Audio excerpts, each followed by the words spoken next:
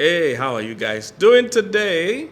I'm just going to drop this video quickly. It's titled Things I've Noticed About Relationships. Things I've noticed about relationships. Just things that I've been pondering about, and I just wanted to share with you, my audience. So please don't forget to like, share, subscribe, do all the things you need to do to this video. Let's get it going. All right, number one, I want to say about relationships, I've noticed that the more desperate you are, the higher the chances that you'll miss it. Most times when you are desperate for a relationship or marriage, it is born out of the wrong motive. Most of the time. All right? Because marriage is a service. Marriage is a calling to serve another. If you are desperate, usually, if you check well, your focus is on yourself. Your focus is on how this person is going to serve you and do things for you. And usually when you come with that mindset, you would also be looking out for the wrong qualities in the person. You see, you are trying to use this person to fulfill your own needs. And it's so bad when two desperate people come together, they are both playing each other most times. So this guy is trying to marry for a weird reason.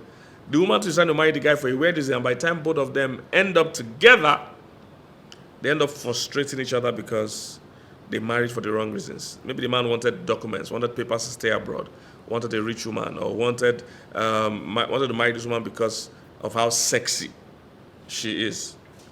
So he's playing her, trying to get her to marry by force.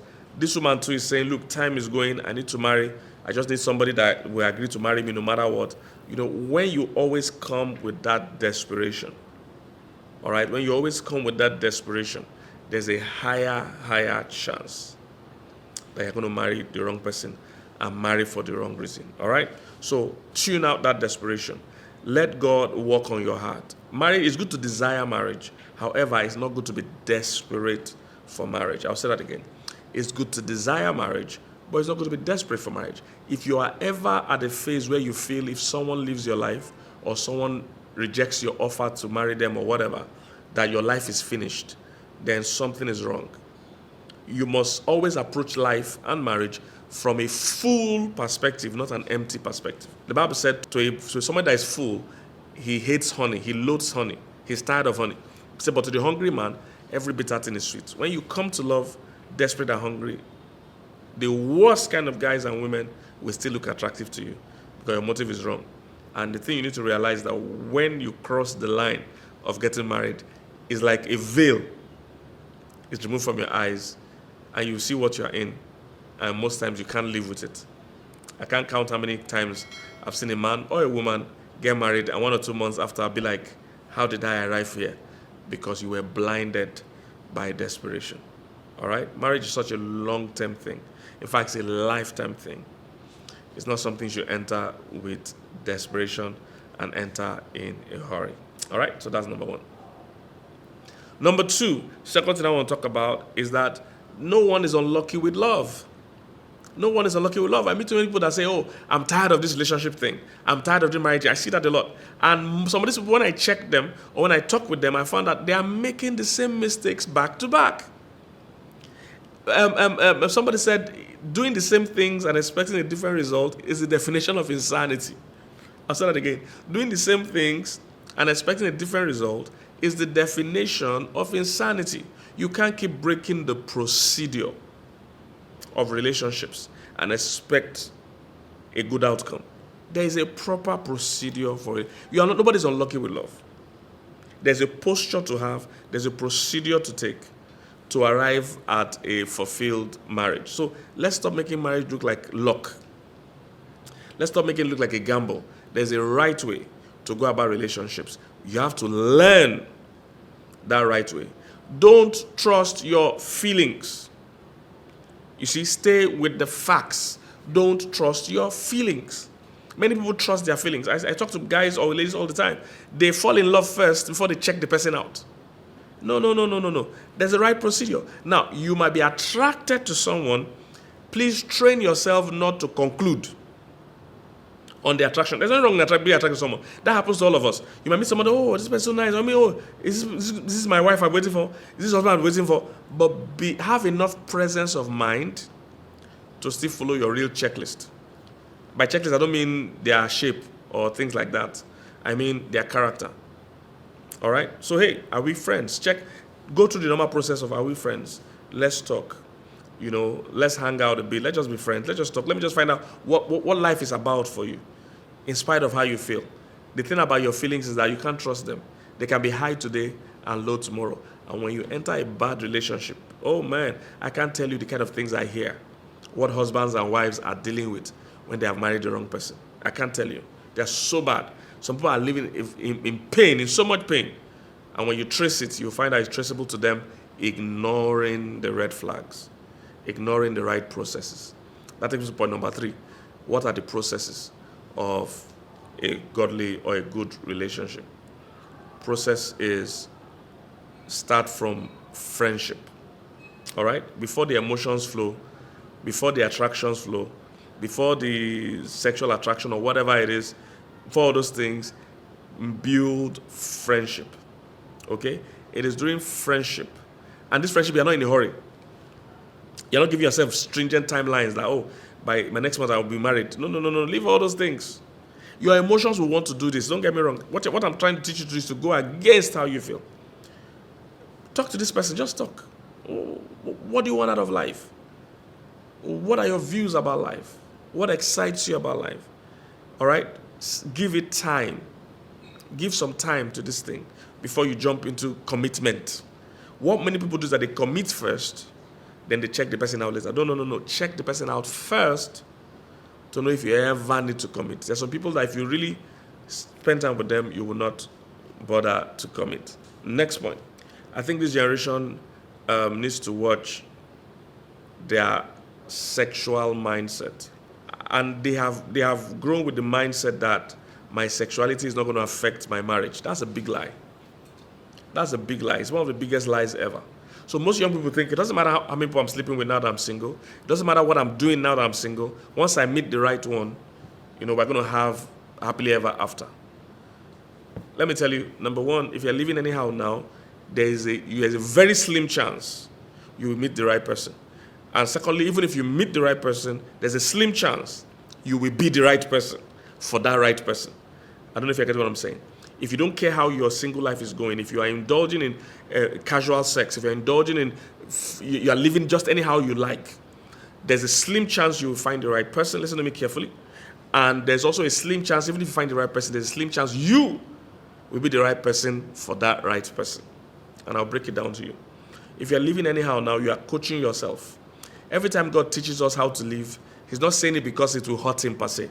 Now, of course, it's hot because we are hot. But your sin or your carelessness doesn't directly hurt God. It just hurts God because He hurts you and He loves you. But if you go and pregnant 30 women, God is not hurt. He's not going to say, oh my God, I can't imagine this. No, he had a son called Solomon that had 1,000 women. You're not going to break that record. Do you understand what I'm saying? So you're not going to hurt God in that sense. No, but He will be hurt because you are hurt.